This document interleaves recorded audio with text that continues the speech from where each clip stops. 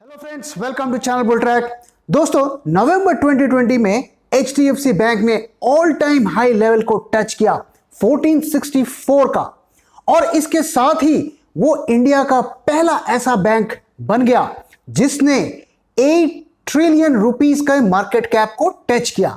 8 trillion rupees यानी कि करीब 8 लाख करोड़ रुपीस। और इसके साथ ही एचडीएफसी बैंक नंबर 3 लेवल पर आ गया मार्केट कैप के क्राइटेरिया पे, और इससे ऊपर सिर्फ रिलायंस इंडस्ट्रीज और टीसीएस ही है। दोस्तों, एचडीएफसी बैंक के Q2 के रिजल्ट के बाद लगभग अक्टूबर 2020 के आसपास लगभग सभी ब्रोकरेज हाउसेस ने एचडीएफसी बैंक पे बाय की रेटिंग इशू कर दी।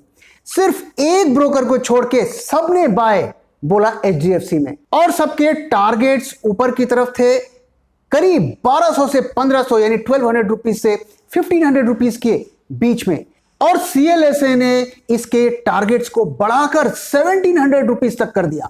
सभी ब्रोकर्स की बाय रेटिंग इसलिए आई क्योंकि Q2 का जो एचडीएफसी बैंक का रिजल्ट आया वो बेटर देन एक्सपेक्टेड था। तो रिजल्ट बेटर देन एक्सपेक्टेड रहा, सभी ब्रोकरेज हाउसेस ने बाय रेटिंग इशू कर दी, स्टॉक का प्राइस ऑल टाइम हाई पर है। तो जब सब कुछ इतना रोजी और कोजी है तो प्रश्न ये उठता है कि एचडीएफसी बैंक के सीईओ और प्रमोटर आदित्य पुरी ने अपना स्टेक बैंक में क्यों बेचा। आपकी जानकारी के लिए बता दूं कि आदित्य पुरी ने एचडीएफसी बैंक से अपना पूरा स्टेक बेच दिया है फ्यू थाउजेंड शेयर्स को छोड़ के। और जब से कोरोना पैंडेमिक शुरू हुआ है तभी से आदित्य पुरी अपने शेयर्स को एचडीएफसी बैंक में बेच रहे हैं। तो फरवरी 2020 में उन्होंने 12 लाख शेयर्स बेचा जिसकी कीमत आई 156 करोड़। जुलाई में उन्होंने 74 लाख शेयर्स बेचे जिसकी कीमत बनी 800 करोड़। अगस्त में उन्होंने 28 लाख शेयर बेचे जिसकी कीमत बनी 355 करोड़। और इसके साथ ही उन्होंने लगभग अपना सारा स्टेक करीब 1.15 करोड़ शेयर्स एचडीएफसी बैंक में बेच दिए। तो आखिर ऐसा क्या हो गया कि जिस कंपनी को उन्होंने पाल पोस कर इतना बड़ा किया उसी कंपनी से अपने सारे स्टेक्स को बेच दिया। शायद आप में से कुछ लोग ये सोच रहे होंगे कि उन्हें शायद रिटायरमेंट लेना हो और इसी वजह से उन्होंने अपने शेयर्स को बेच दिया।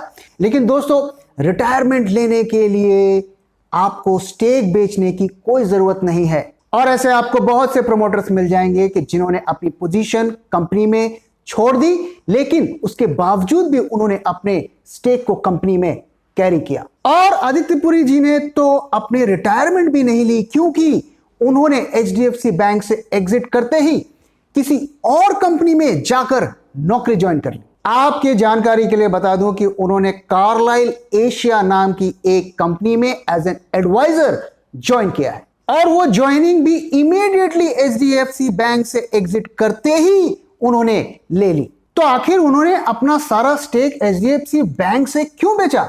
क्या उन्हें धनिया मिर्ची खरीदने के पैसे कम पड़ रहे थे? अब दोस्तों, आप में से कुछ लोग शायद ये बोलेंगे कि स्टेक बेच दिया तो बेच दिया, होगा कोई कारण। This does not prove anything. Fair point, point taken. अब आप मुझे ये बताइए कि जो एचडीएफसी बैंक के ट्रेजरर हैं आशीष पार्थसारथी, उन्होंने अपना स्टेक क्यों बेचा? और एचडीएफसी बैंक के एग्जीक्यूटिव डायरेक्टर काइजाद भरूचा ने अपना स्टेक क्यों बेचा? और तो और जो एचडीएफसी की दूसरी कंपनी है एचडीएफसी, उनके सीईओ केके मिस्त्री ने अपना स्टेक क्यों बेचा? तो आखिर उन्हें ऐसा क्या पता है जो हमें नहीं पता, और वो अपना स्टेक ऐसे बेच रहे हैं जैसे कंपनी कल ही डूबने वाली हो। काइजाद भरूचा ने करीब 50 करोड़ के शेयर बेचे, आशीष पार्थसारथी ने 36 करोड़ के शेयर बेचे, और केके मिस्त्री ने करीब 55 करोड़ के शेयर बेचे। तो आप देख सकते हैं कि ये कोई छोटी मोटी सेलिंग नहीं थी। दोस्तों, अब आप मुझे बताइए, अगर आप उनकी जगह होते और आपको ये पता चलता कि आने वाला टाइम अच्छा है, जीडीपी में ग्रोथ होना है, वैक्सीन आ रही है, और इसके साथ ही बैंकों में रिकवरी हो रही है, सब कुछ अच्छे की तरफ जा रहा है, तो ऐसी स्थिति में आप क्या अपने स्टेक बेचते? दोस्तों, ये एक सिंपल कॉमन सेंस है। जिन प्रमोटर्स को अपनी कंपनी में कॉन्फिडेंस होता है वो लोग ऐसे वक्त में बायबैक करते हैं, और कंपनी में अपना स्टेक बढ़ाते हैं, और जिनको अपनी कंपनी में कॉन्फिडेंस नहीं होता है वो ऐसे समय पर एग्जिट करते हैं और एग्जिट करके भाग लेते हैं। दोस्तों आप मुझे बताइए, जेन्युइनली अगर आप उनकी जगह होते तो क्या अपना स्टेक बेचते या खरीदते? दोस्तों ऐसा नहीं है कि सिर्फ यही प्रॉब्लम एचडीएफसी में इस वक्त नजर आ रही है। एक और खबर जो आपने सुनी होगी और पढ़ी होगी कि आरबीआई ने एचडीएफसी बैंक के डिजिटल इनिशिएटिव्स जो वो ले रहे थे उस पर रोक लगा दी है और उनको बोला है कि आप फ्रेश क्रेडिट कार्ड कस्टमर्स को इशू नहीं करेंगे। और इस खबर का असली पेज क्या है ये मैं आपको वीडियो में बाद में बताऊंगा। अब दोस्तों ध्यान रहे कि ये कोई छोटी मोटी खबर नहीं है, इसलिए क्योंकि एचडीएफसी बैंक इंडिया का लार्जेस्ट क्रेडिट कार्ड इशूअर है और 85% ट्रांजैक्शंस एचडीएफसी बैंक में डिजिटल वे में होती हैं।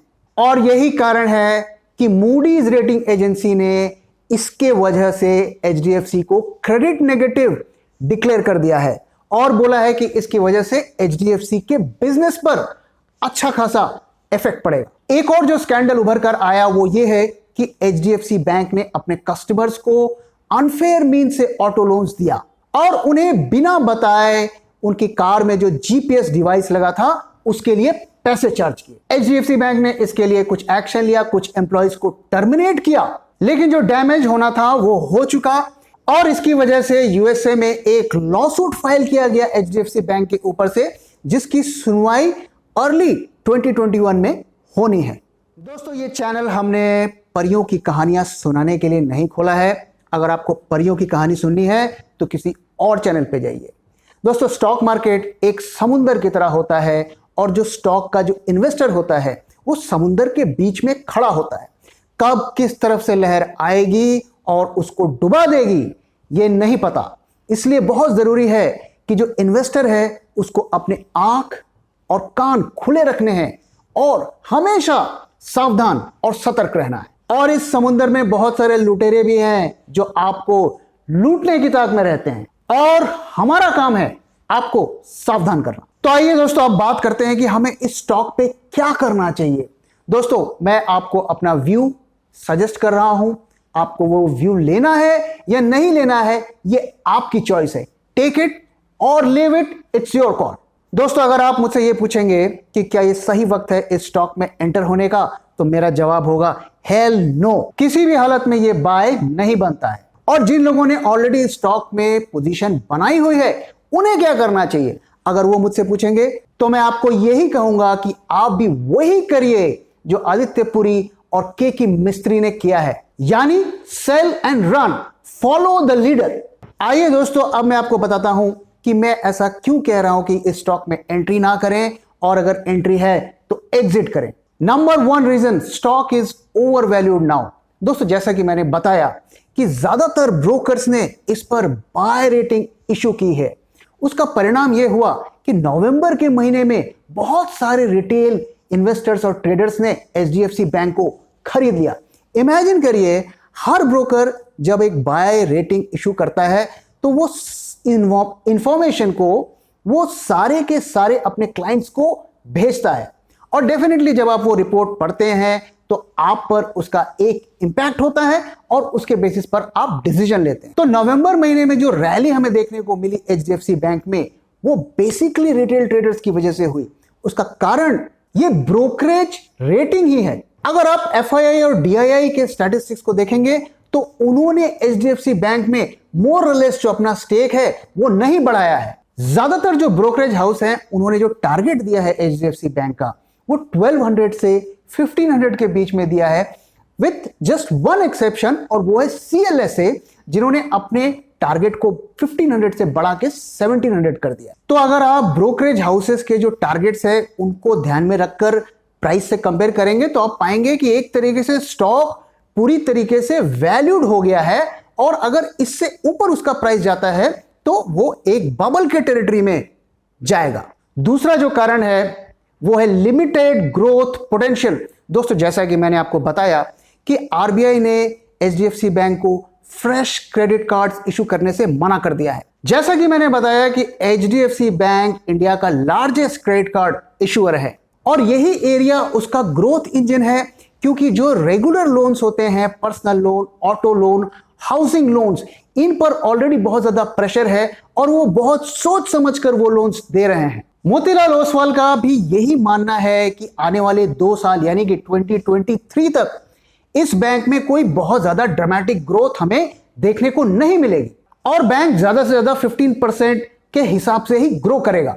इसका एक और कारण है कि जो बैंक का नेट इंटरेस्ट मार्जिन है वो भी डिक्लाइनिंग ट्रेंड पे है और इस वक्त वो 4.1 पे स्टैंड कर रहा है। तो margins are falling, profit growth is expected to fall, तो इस वजह से हम ये कह रहे हैं कि इसमें लिमिटेड ग्रोथ है आने वाले 2 सालों में। तीसरा जो कारण है वो ये कि मूडीज रेटिंग एजेंसी ने भी इसको डाउनग्रेड कर दिया है, यानी एचडीएफसी बैंक को डाउनग्रेड कर दिया है और उनका जो नेक्स्ट रिवीजन होने वाला है वो 2021 के लास्ट क्वार्टर के आसपास ही होने की उम्मीद है। तो उससे पहले इसकी रेटिंग बढ़ने की उम्मीद ऑलमोस्ट 0 मान के चलिए। आइए दोस्तों, आप सबसे इंपॉर्टेंट पॉइंट पे बात करते हैं कि आखिर एचडीएफसी बैंक में रिस्क क्या है। पहला रिस्क, अनसिक्योर्ड लोन्स। दोस्तों, जैसा कि आपको पता है कि लोन 2 तरीके के होते हैं, unsecured loans and secured loans. तो जो आप पर्सनल लोन लेते हैं या क्रेडिट कार्ड से खर्च करते हैं उसको हम अनसिक्योर्ड लोन कहते हैं, क्योंकि उसके लिए आप कोई भी चीज बैंक के पास जाके गिरवी नहीं रखते हैं। जबकि सिक्योर्ड लोन्स होते हैं जिसमें आप, जैसे ऑटो लोन्स, होम लोन्स, तो जब वो ऐसे लोन आप लेते हैं बैंक से, तो जो आपने जो भी चीज खरीदी है वो एक तरीके से बैंक के कब्जे में रहते हैं, बैंक के नाम पे रहती है। और अगर वो लोन आप नहीं चुका पाते हैं तो फिर बैंक उन चीजों को अपने कब्जे में लेकर बेचकर पैसे वसूल लेता है। तो एचडीएफसी बैंक की एक बहुत ही यूनिक प्रॉपर्टी है और वो ये है कि ये इंडिया का नंबर 1 ऐसा बैंक है जो सबसे ज्यादा अनसिक्योर्ड लोन्स देता है। तो एचडीएफसी बैंक जितना भी लोन देता है उसका 17% अनसिक्योर्ड होता है और उसके टोटल प्रॉफिट का 25% इन्हीं लोन से आता है। अब ये बड़ी बात इसलिए है क्योंकि ये अनसिक्योर्ड लोन्स है। अगर आपके कस्टमर के पास, जिनको आपने लोन दिया है, अगर वो नहीं चुका पाएगा तो आप उससे पैसे वसूल नहीं कर सकते और आपका पैसा डूब जाएगा। तो आने वाले टाइम में अगर इकोनॉमी इंप्रूव होती है, जॉब का सीन अच्छा रहता है, तब तो ये खतरा से बैंक उभर जाएगा। लेकिन अगर इकोनॉमी में डाउन टर्न दिखता है, जॉब मार्केट में प्रॉब्लम दिखती है, तो ये एक बहुत बड़ा रिस्क एरिया है। इस बात को ध्यान में रखें। हालांकि बैंक ने इसके लिए 7,760 करोड़ रुपीस की कंटिंजेंट फ्लोटिंग प्रोविजनिंग की है ताकि कोई ऊंच नीच हो सके तो उसे संभाला जा सके। लेकिन हमें नहीं पता कि ये जो रकम है 7,760 करोड़ की, क्या वो सफिशिएंट है। दूसरा जो रिस्क फैक्टर है वो है एक्सपोजर इन स्ट्रेस्ड सेक्टर। दोस्तों, एचडीएफसी बैंक का करीब 20% एक्सपोजर स्ट्रेस्ड सेक्टर में है। स्ट्रेस्ड सेक्टर हम उन्हें कहते हैं जो सेक्टर अच्छा नहीं कर रहे हैं, जिनमें ज्यादा रिस्क है, जैसे कि टेलीकॉम हो गया, रियल एस्टेट हो गया या एनबीएफसीज हो गए। तो अगर इन सेक्टर्स में कोई भारी तबाही मचती है तो यहां पर एचडीएफसी बैंक के एनपीएस बढ़ेंगे। और तीसरा जो सबसे इंपॉर्टेंट रिस्क है वो है ऑटो लोन डिफॉल्ट्स। दोस्तों, फिच ने यह बोला है कि 2021 में ऑटो लोन्स में काफी ज्यादा डिफॉल्ट्स बढ़ जाएंगे और ये डिफॉल्ट जो प्री कोविड लेवल से 20 to 50% तक बढ़ जाएंगे। दोस्तों, ये एक बहुत ही खतरे की बात है। देखिए दोस्तों, अभी तो लोग किसी तरीके से अपनी ईएमआई दे रहे हैं क्योंकि उनके पास जमा पूंजी है या अपने फ्रेंड फैमिली से उधार लेकर वो काम चला रहे हैं, इस उम्मीद में कि आने वाले महीनों में सिचुएशन अच्छी हो जाएगी या उनकी जो सैलरी कट्स हैं वो रिकवर हो जाएंगे या उन्हें नई जॉब मिल जाएगी। इस होप में वो चला रहे हैं। लेकिन अगर सिचुएशन नहीं चेंज होती है या इंप्रूव नहीं होती है तो ये एक बहुत ज्यादा बैंकों पर स्ट्रेस पैदा करेगी और इसी खतरे को फिच ने बताया है। देखिए दोस्तों, जो इकोनॉमी या फंडामेंटल्स अनफोल्ड होते हैं ये 1 महीने में, 2 हफ्ते में, 2 महीने में अनफोल्ड नहीं होते हैं। ये कई दफे महीनों लगते हैं या कई दफे 1 साल, 1.5 साल, 2 साल में लग जाते हैं। तो जस्ट बिकॉज कुछ फंडामेंटल खराब है, कुछ इकोनॉमी खराब है, तो उसका इंपैक्ट हमें इमीडिएटली देखने को शायद ना मिले। हो सकता है वो 6 महीने, 8 महीने, 1 साल बाद जाके मिले।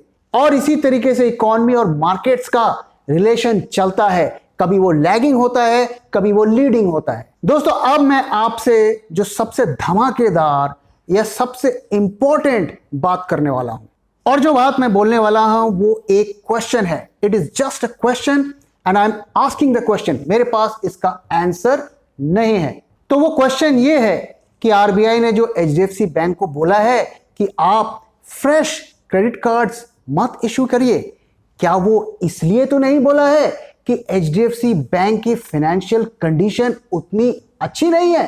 दोस्तों once again it is just a question, मेरे पास इसका उत्तर नहीं है। कौन इस क्वेश्चन का जवाब देगा हमें नहीं पता। इस तरीके के क्वेश्चंस के जो आंसर होते हैं वो हमें यस बैंक के केस में भी नहीं मिले थे, लक्ष्मी विलास बैंक के केस में भी नहीं मिले थे। दोस्तों जो ऑफिशियल रीजन हमें दिया जा रहा है वो ये है कि एचडीएफसी बैंक के डेटा सेंटर्स में 2 बार आउटेज हो गया था, जिसकी वजह से उनके डिजिटल ट्रांजैक्शंस पर इंपैक्ट पड़ा। लेकिन दोस्तों जरा सोच के देखिए, क्या इतनी सी बात के लिए आरबीआई ने एचडीएफसी बैंक को इतना बड़ा पनिशमेंट दिया और बोला कि आप नए क्रेडिट कार्ड्स इशू नहीं कर सकते? क्या आपको यह बात हजम हो रही है? तो दोस्तों क्या लगता है आपको, एचडीएफसी बैंक में ऑल इज वेल या ये तूफान आने से पहले की शांति है? तो दोस्तों इसी के साथ मैं इस वीडियो को यहां पे खत्म कर रहा हूं। आशा करता हूं आपको ये वीडियो पसंद आया, और पसंद आया है तो प्लीज वीडियो को लाइक करिए, अपने दोस्तों के साथ शेयर करिए और हमारे चैनल को सब्सक्राइब करिए। So thank you very much for your time दोस्तों। फिर मिलेंगे किसी और वीडियो में।